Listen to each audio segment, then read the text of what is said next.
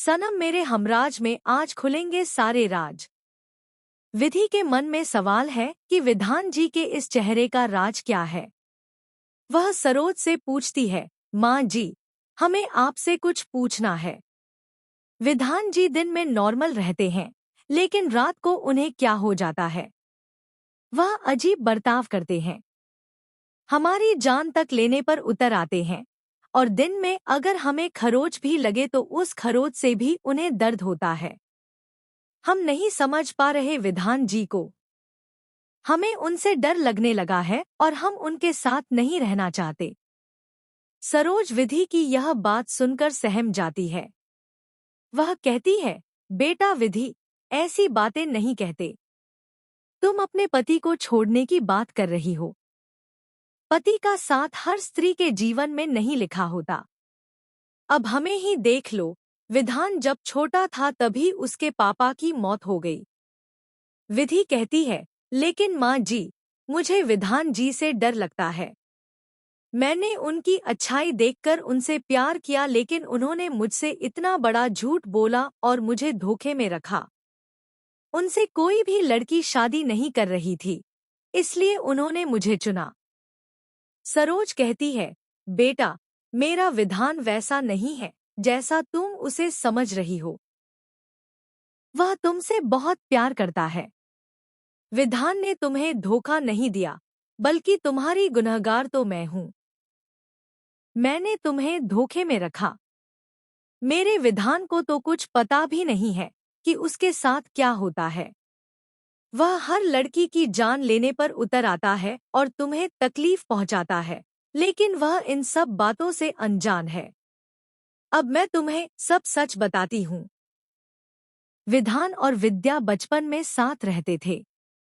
दोनों एक दूसरे के बिना रह ही नहीं पाते थे, लेकिन एक दिन ऐसी घटना हुई जिसने मेरे बेटे की जिंदगी बर्बाद कर दी।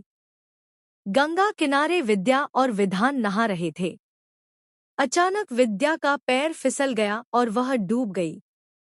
छोटा होने के कारण विधान उसे बचा नहीं पाया और तभी से विद्या ने विधान के शरीर पर कब्जा कर लिया। वह किसी भी लड़की को विधान के करीब नहीं आने देती और जो लड़की उसके करीब आती है, उस पर विद्या जानलेवा हमला करती है। मैंने विधान की शादी इसलिए करवाई क्योंकि पंडित जी ने कहा था कि शादी होने के बाद विद्या उसका शरीर छोड़ देगी। लेकिन शादी के बाद भी विद्या ने विधान का शरीर नहीं छोड़ा। अगर पंडित जी ने ऐसा न कहा होता तो मैं तुम्हें इस दलदल में कभी नहीं धकेलती। लेकिन बेटा, जोड़ियां तो ईश्वर बनाता है। नियति ने तुम्हें और विधान को मिलाया और तुम एक पवित्र बंधन में बंध गए हो। बेटा, माता पार्वती ने भी शिव जी के लिए पुनर्जन्म लिया था। तो क्या तुम अपने पति के लिए विद्या से नहीं लड़ोगी? मेरा विधान लाखों में एक है, उसका दिल बहुत साफ है। अगर उसे अपनी असलियत पता होती तो वह कभी तुमसे शादी नहीं करता, क्योंकि वह खुद से ज्यादा दूसरों के बारे में सोचता है। इतना कहकर सरोज चली जाती है। विधि सोचती है, विधान जी ने मुझे धोखा नहीं दिया। वह तो मुझसे कितना प्यार करते हैं। हमें उनका हर हालात में साथ देना होगा, चाहे इसके लिए हमारी जान ही क्यों न दांव पर लगानी पड़े।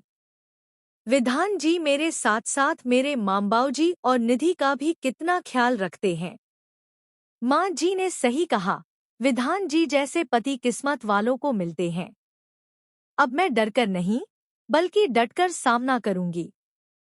मेरे शिवजी मेरा साथ देंगे। विधि ठान लेती है कि वह विधान का साथ हर मुश्किल और हर समय में देगी। वह अपने विधान को पाकर ही रहेगी। क्या आप भी अपने पार्टनर से इतना प्यार करते हैं? हमें कमेंट में जरूर बताएं। वीडियो को लाइक करें, चैनल को सब्सक्राइब